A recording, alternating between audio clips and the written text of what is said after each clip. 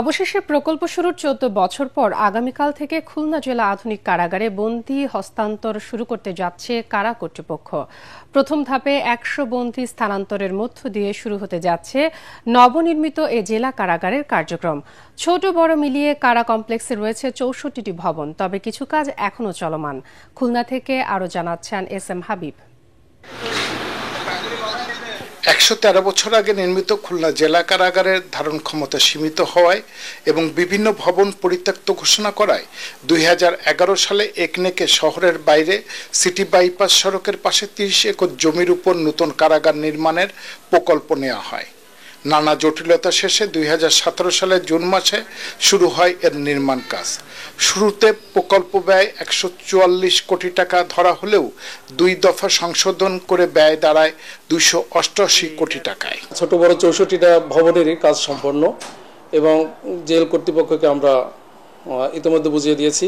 ছোট কিছু ত্রুটি যেটা এখনো আমরা শেষ পর্যায়ে, একদিন হয়তো লাগবে, ১-২ দিন লাগবে। ২০২৪ সালের জুনে এটা সমাপ্ত হয়ে গেছে। তারপরে ওনারা বিভিন্ন ভবনগুলোতে ভিজিট করার পরে দেখে শুনে আমাদের কাছ থেকে ভবনগুলো বুঝে নিয়েছে। খুব শীঘ্রই তারা বন্দী হস্তান্তর শুরু করবে। তবে নানা কারণ দেখে ৮ বার নির্মাণ কাজের সময় বাড়ানো ও কাজের মান নিয়ে অভিযোগ তুলেছেন নাগরিক নেতারা। তাদের দাবি, তদন্তের মাধ্যমে অভিযুক্তদের বিরুদ্ধে ব্যবস্থা নেওয়ার। কাজের মান এত নিম্নমানের যে এখনই উদ্বোধনের আগেই পলিস্টার খসে খসে পড়ছে। যথাযথ সুষ্ঠু তদন্ত সাপেক্ষে আইনের আওতায় নিয়ে এসে দৃষ্টান্ত স্থাপন করা উচিত, যাতে করে ভবিষ্যতে রাষ্ট্রের প্রকল্প নিয়ে তাদেরকে অবহেলা না করে। খুলনা কারাগারে নারী, পুরুষ, কিশোর ও দণ্ডপ্রাপ্ত বন্দীদের জন্য রয়েছে আলাদা ব্যারাক। থাকছে নারী পুরুষের পৃথক আধুনিক হাসপাতাল, স্কুল ও মোটিভেশন সেন্টার, হস্তশিল্প প্রশিক্ষণ সেট সহ বিনোদন সুবিধা। তবে কারাগারের নিরাপত্তা নিশ্চিতে পুলিশ ফাঁড়ি ও ক্যাম্প স্থাপন জরুরি। ১ নভেম্বর থেকে আমরা প্রাথমিক কার্যক্রম বন্দী নয় কার্যক্রম শুরু করতেছি।